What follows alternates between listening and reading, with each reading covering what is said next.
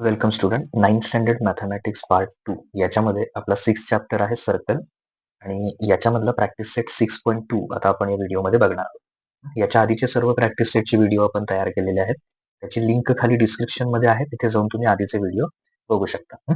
Circle chapter practice set 6.2 याच्यामध्ये total 3 question आहेत आणि टोटल 3 क्वेश्चनचं आपण इथे सोल्युशन बघणार आहोत. फर्स्ट क्वेश्चन आहे त्यातला, radius of circle is 10 centimetre. There are two chords of length 16 centimeter each. What will be the distance of these chords from the center of circle? एक circle दिलेला आहे आपल्याला. सपोज त्याची centre घेऊया पहिल्यांदा. Suppose त्या सर्कलचं सेंटर आहे O आणि त्या सर्कलची रेडियस 10 सेंटीमीटर आहे. There are two chords of length 16 centimetre each. दोन्हींची पण काय आहे, लेंथ किती आहे, 16 सेंटीमीटर. म्हणजे समजा इथं AB एक कॉर्ड आहे, त्याची सुद्धा लेंथ 16 आहे आणि इकडे आपण असा ड्रॉ केला CD. सपोज त्याची सुद्धा लेंथ किती आहे, 16 आहे. What will be the distance of this cord from the circle of centre. Distance कसं असतं, कॉर्ड्स हे जे डिस्टन्स आहे ते नेहमी आपण असं परपेंडिक्युलर काढतो. त्यामुळे इथे आपण परपेंडिक्युलर काढूया. म्हणजे समजा इकडे काय करणार आपण, समजा इथे एक घेतला आपण P आणि वरती घेतला Q किंवा M आणि N घ्या, काही प्रॉब्लेम नाही. तर हे परपेंडिक्युलर डिस्टन्स किती येते ते आपल्याला फाइंड आउट करायचं. म्हणजे थोडक्यात आपल्याला OQ आणि OP हे किती येतात ते फाइंड आउट करायचं.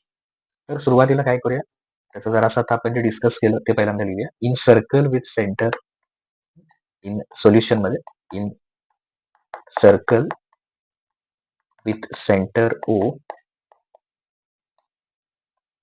ओके, कॉर्ड इक्वल आहेत. Chord AB is equal to chord CD is equal to 16 centimetre. हे आपल्याला दिलंय क्वेश्चन मध्ये. ओके, आता आपण काय करूया, परपेंडिक्युलर ड्रॉ करूया. Draw OQ perpendicular to CD and OP perpendicular to AB. Okay, मग आता समजा मी हा OB हा जॉईन केला, इकडे पण 90 डिग्री किंवा इकडचा जॉईन करूया. असं AO हा जॉईन करा. तो AO सुद्धा काय झाली, रेडियस आहे. रेडियस किती आहे म्हणून सांगितलं आपल्याला, इथे बघा क्वेश्चन मध्ये, radius of circle is 10 centimetre. त्यामुळं इथे आपण काय म्हणणार, रेडी किंवा असं म्हणा OA किंवा AO is equal to 10 centimetre because it is radius. सर्कलचा सेंटर आणि सर्कलवरचा कुठलाही पॉईंट जोडला की रेडियस होते. तर इथं आपण OA ही रेडियस घेऊया आणि ती दिलेली आहे 10 सेंटीमीटर. आता रेडियस 10 सेंटीमीटर मिळाली. परपेंडिक्युलर टाकलाय आपण, तर इथे एक प्रॉपर्टी लिहूया बाय, किंवा असं रिझन लिहूया, by property of chords, property of कॉर्डची प्रॉपर्टी काय सांगते, जर का तुम्ही त्या कॉर्डवर परपेंडिक्युलर काढला असेल तर तो कॉर्डला काय करतो, परपेंडिक्युलर म्हणजे 90 डिग्री इथे असं, तर तो कॉर्डला बायसेक्ट करतो, म्हणजे इक्वल पार्ट मध्ये डिवाइड करतो. Okay, so AP is equal to काय येणार, PB, कॉर्ड इक्वल येणार. तर मग याला आपण दुसऱ्या अर्थाने असं म्हणू शकतो की जो AP आहे, दिस AP is half of total AB. ABच्या काय असणार आहे, हाफ. मग आता इथे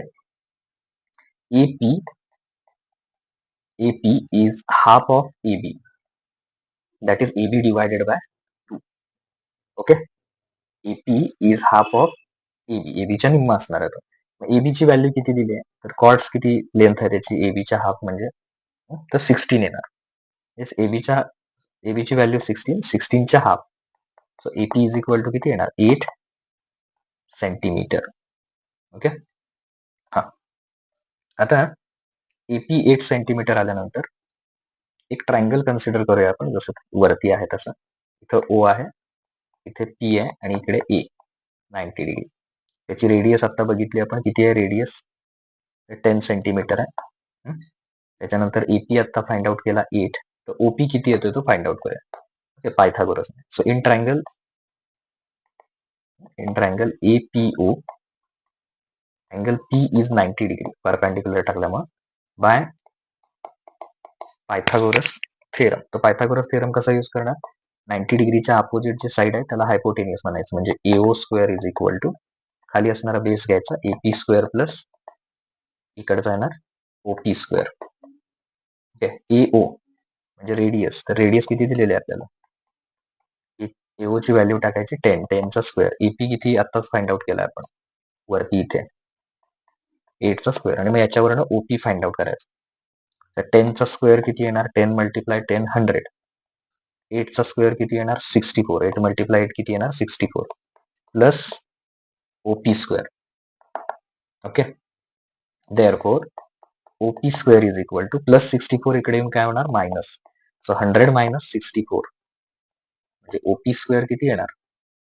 100 मधून जर आपण काय मायनस केलं? 64 मायनस केला तर किती येणार? तो 36. Okay, so taking square root, दोन्हीकडे स्क्वेअर रूट घ्यायचं.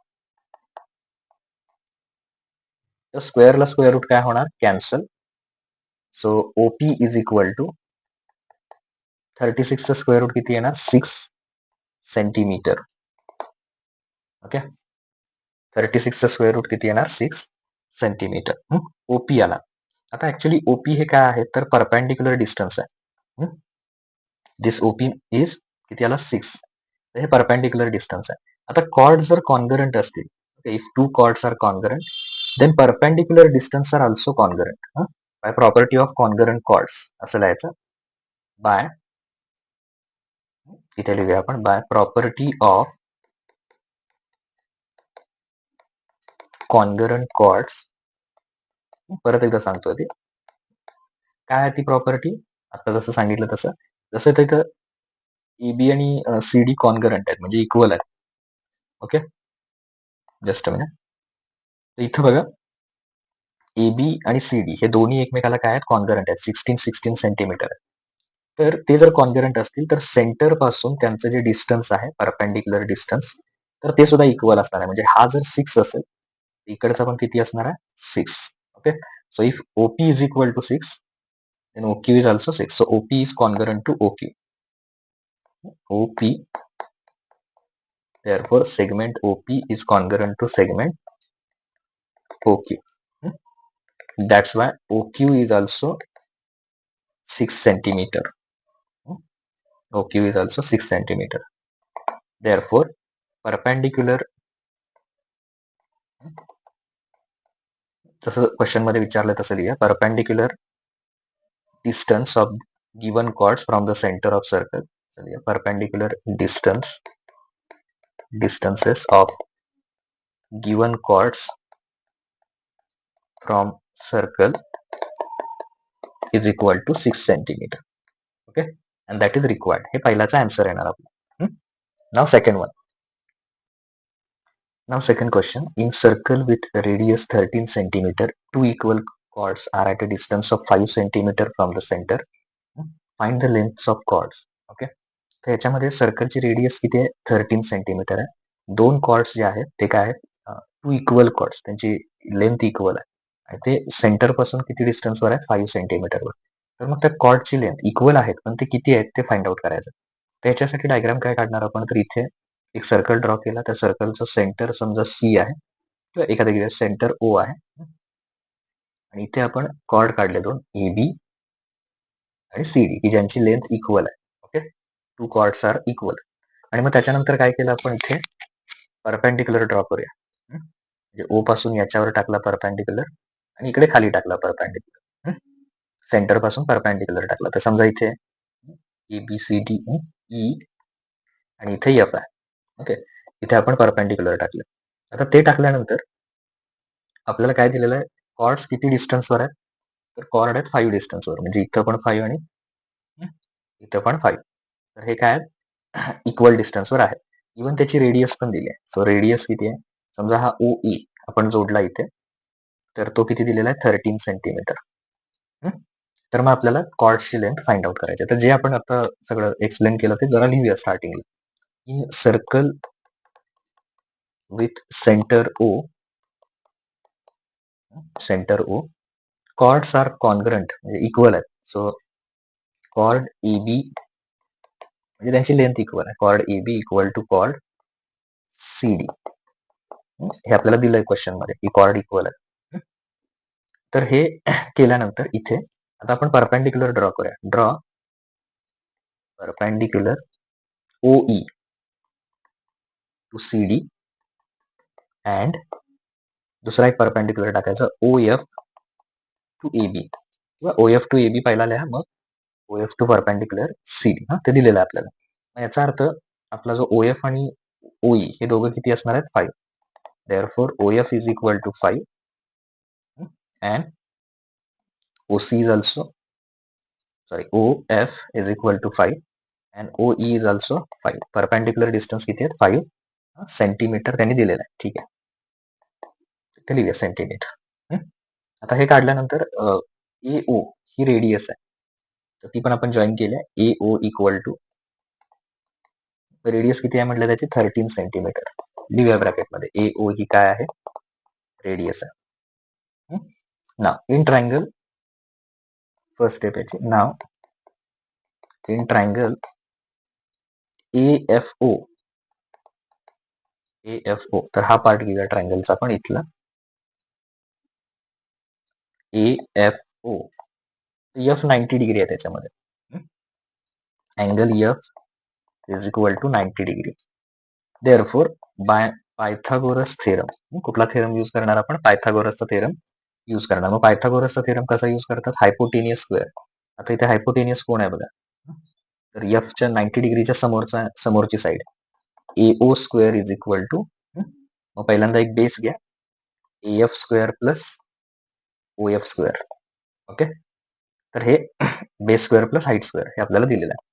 मग आता याच्या पुढे आपण काय करणार? AO ची व्हॅल्यू ठेवूया. AO इज इक्वल टू 13 आणि त्याचा स्क्वेअर करायचा. परत AF आपल्याला फाइंड आउट करायचा आणि इथं बघा OF किती आहे? 5 आहे. ओके, हा 13 आणि हा 5 प्लस OF स्क्वेअर म्हणजे OF ची व्हॅल्यू किती ठेवायची? 5, त्याचा स्क्वेअर करायचा. आता 13चा स्क्वेअर म्हणजे 13 मल्टिप्लाय 13 हे लक्षात ठेवा. स्क्वेअर म्हणजे 2 टाइम्स मल्टिप्लिकेशन. ओके, तर इथं 13चा स्क्वेअर किती येईल? 169 याचा स्क्वेअर. त्याच्यानंतर EF फाइंड आउट करायचा आहे, सो ॲज इट इज लिहा. 5चा स्क्वेअर येणार 25. नाव नेक्स्ट स्टेप, 5 मल्टिप्लाय 5 किती येणार? 25. आता इथे जर आपल्याला काय फाइंड आउट करायचं असेल AF स्क्वेअर, तर AF स्क्वेअर आहे इकडच्या साईडला लिहा, फाइंड आउट करायचं आहे म्हणून. प्लस 25 याच्याकडे येऊन काय होईल? 169 कडे मायनस होईल. So AF square is equal to, हे जर दोन्ही एकमेकांमधून मायनस केले आपण तर किती येणार आहे? 144. हे मायनस करा, 144 येते की नाही ते चेक करा. आता स्क्वेअर जाण्यासाठी काय करणार? Taking square root. दोन्ही साईडला काय करायचं? स्क्वेअर रूट घ्यायचं. म्हणजे इकडेही स्क्वेअर रूट घ्यायचा आणि इकडेही घ्यायचं. Okay, taking square root on both side. स्क्वेअरला स्क्वेअर रूट कॅन्सल होणार, फक्त काय राहणार? AF आणि 144. 12 मल्टिप्लाय 12 किती येणार? 144. त्यामुळे 144चा स्क्वेअर रूट किती येणार? 12. So AF is equal to 12 centimetre. तर हे फाइंड आउट करायचं. AF is nothing but 12 centimetre. आता AF मिळाल्यानंतर त्या डायग्राम मध्ये जर आपण बघितलं AF करण्यासाठी मी परत एकदा इथे सर्कल काढतो. तर त्याच्यामध्ये इथे आपला सेंटर होता. काय फाइंड आउट केलं ते बघा आधी. इथे कॉर्ड AB होता आपला, वरती सेंटर O आणि याच्यावरून आपण इथे परपेंडिक्युलर काढला होता. Okay, AF is equal to 12 as OF is perpendicular to AB. Therefore, by property of chord, he property काय बघितली? कॉर्डवर जर आपण परपेंडिक्युलर काढला तर तो कॉर्डला काय करतो? बायसेक्ट करतो. याचा अर्थ जो AF आहे तो पूर्ण ABच्या हाफ असणार आहे, किंवा जर तुम्हाला AF आता मिळाला तर AB कसा काढणार? AB हा पूर्ण जो AB आहे, हा AB तो ह्या हाफ AFच्या डबल असणार, म्हणजे AFच्या डबल असणार. ओके, तर इथे लिहूया 2 मल्टिप्लाय AF. AFचा डबल केला की तुम्हाला AB मिळून जाईल. सो 2 मल्टिप्लाय AF किती आला? 12. So AB is equal to 12 two चा किती येणार? 24 सेंटीमीटर. नाव AB is congruent to CD. Chord AB is congruent to chord CD. This is given. मग AB 24 असेल तर chord CD पण किती येणार? Chord CD is also 24 centimetre. म्हणजे दोन्ही chordची लेंथ सेमच आहे, इक्वल आहे. ओके, त्यामुळे फायनल आन्सर असं द्यायचं, length of given chords is equal to 24 centimetre 24 centimetre and that is required. तेच आपल्याला फाइंड आउट करायचं होतं. ओके.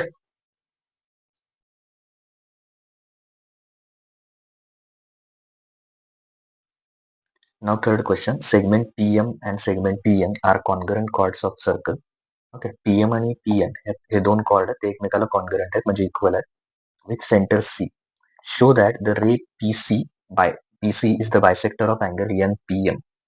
हा जो PC आहे इथे जो दिसतोय हा PC, तर तो याच्यामध्ये काय आहे, बायसेक्टर आहे त्या अँगलचा. कुठल्या अँगलचा? अँगल NPM याचा बायसेक्टर आहे, म्हणजे त्याला इक्वल पार्ट मध्ये तो डिवाइड करतो. याचा अर्थ काय, की जे मी दोन दाखवले ते अँगल तुम्हाला इक्वल दाखवायचे. ओके. म्हणजे कुठला कुठला? हा PMC पहिला अँगल आणि दुसरा अँगल C किंवा इकडून घ्या NPC हा अँगल. हे दोन्ही अँगल एकमेकाला काय दाखवायचे? इक्वल दाखवायचे, म्हणजे तो बायसेक्टर होईल.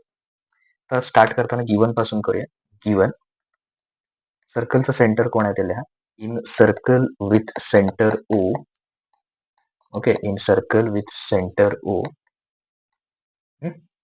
कोण कोण इथे कॉन्ग्रुएंट आहेत? तर chord PM is congruent to chord okay PM and PN हे दोन्ही एकमेकाला कॉन्ग्रुएंट आहेत. टू प्रूव्ह, काय प्रूव्ह करायचं आहे आपल्याला? To prove that ray PC is the bisector of angle NPM. Okay. तो आपल्याला बायसेक्टर दाखवायचा. नाव प्रूफ करत असताना आपल्याला थोडंसं कन्स्ट्रक्शन पण करावं लागेल. इथे घेऊया कन्स्ट्रक्शन.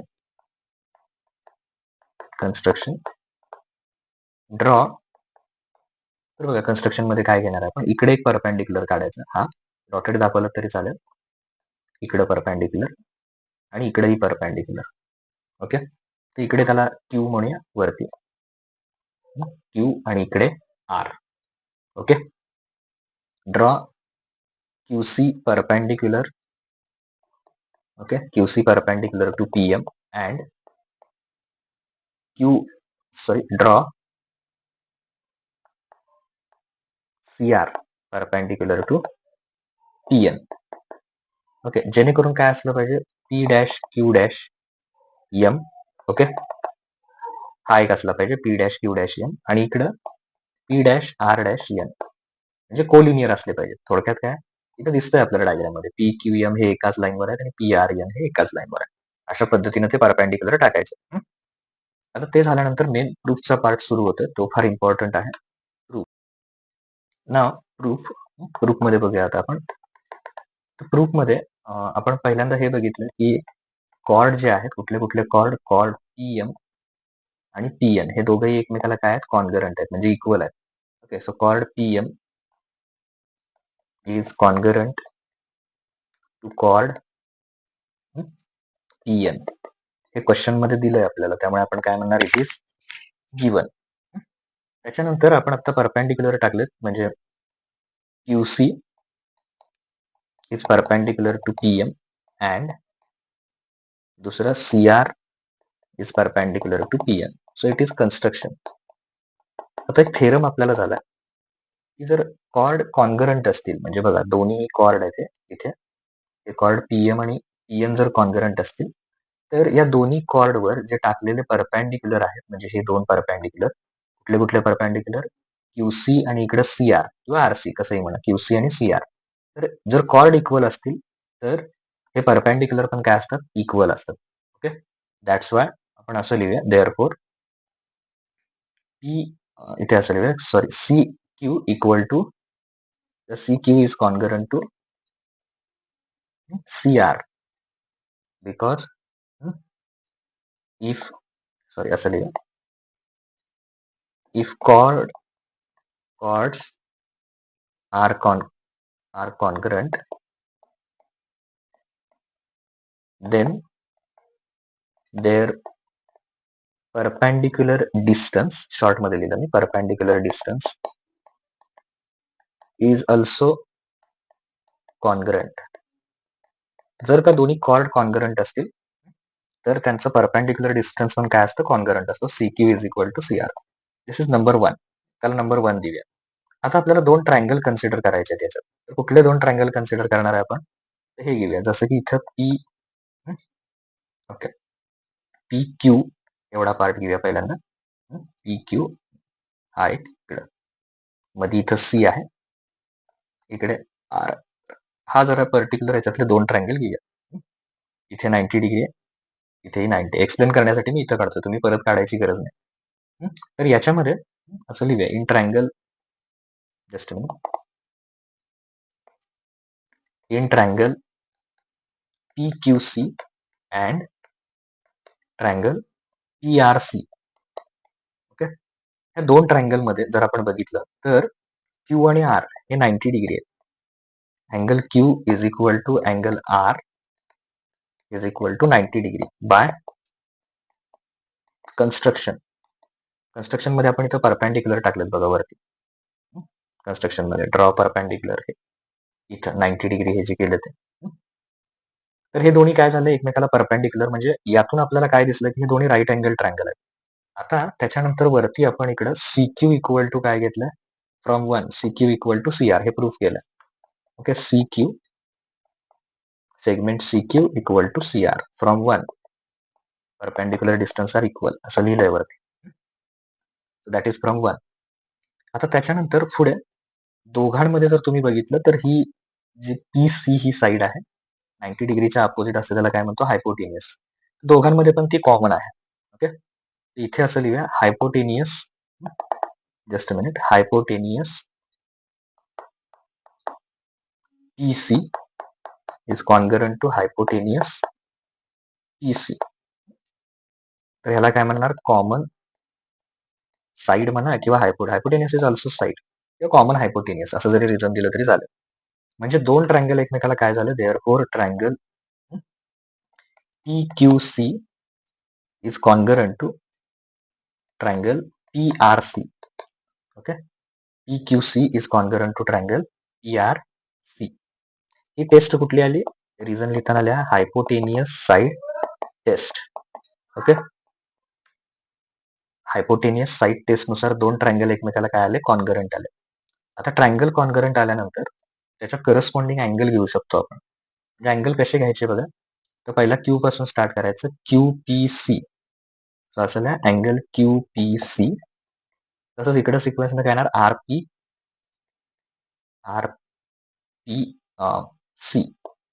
म्हणजे थोडक्यात हे दोन अँगल काय आले, कॉन्गरंट आले. ओके, बघा इथे QPC म्हणजे हा QPC म्हणजे इथला, दुसरा इकडचा RPC म्हणजे हा अँगल. ओके, तर हे दोन अँगल एकमेकाला इक्वल आले. आता हेच जर समजा आपण थोडंसं एक्सटेंडेड केलं, इकडे पुढे कोण आहे, एन आहे. डायग्राम मध्ये बघू शकता तुम्ही, इकडे क्यूच्या पुढे कोण आहे, एम. तर बघा, आरच्या पुढे एन आहे आणि क्यूच्या पुढे एम आहे. तर हे आपण कसं लिहू शकतो, QPC ला लिहिताना कसं लिहिणार, एम पासून सुरू करा, MPC. Okay, therefore angle MPC, okay, angle MPC, just angle MPC हा कॉन्गरंट आहे, कुणाला कॉन्गरंट येणार, CPN. एन पर्यंत लिहायचं त्याचं नाव, इथपर्यंत, आरच्या ऐवजी एन पर्यंत, कॉन्गरंट टू अँगल CPN. म्हणजे थोडक्यात काय झालं, हे दोन अँगल इथले काय आले, इक्वल आले. Therefore segment PC, last sentence लिहा, therefore segment PC is bisector of, तर इथे बघा, हे दोन अँगल इक्वल आल्यामुळे, इथले हे दोन पार्ट इक्वल आल्यामुळे MPN आपल्याला कसं नाव दिलं बघा त्याचं, to prove NPM, bisector of angle NPM, त्या अँगलला. ओके, तर इथून सुरुवात करूया, अँगल NPM चा बायसेक्टर आहे. Okay, is a bisector of angle NPM and that is required. तेच आपल्याला प्रूफ करायचं होतं.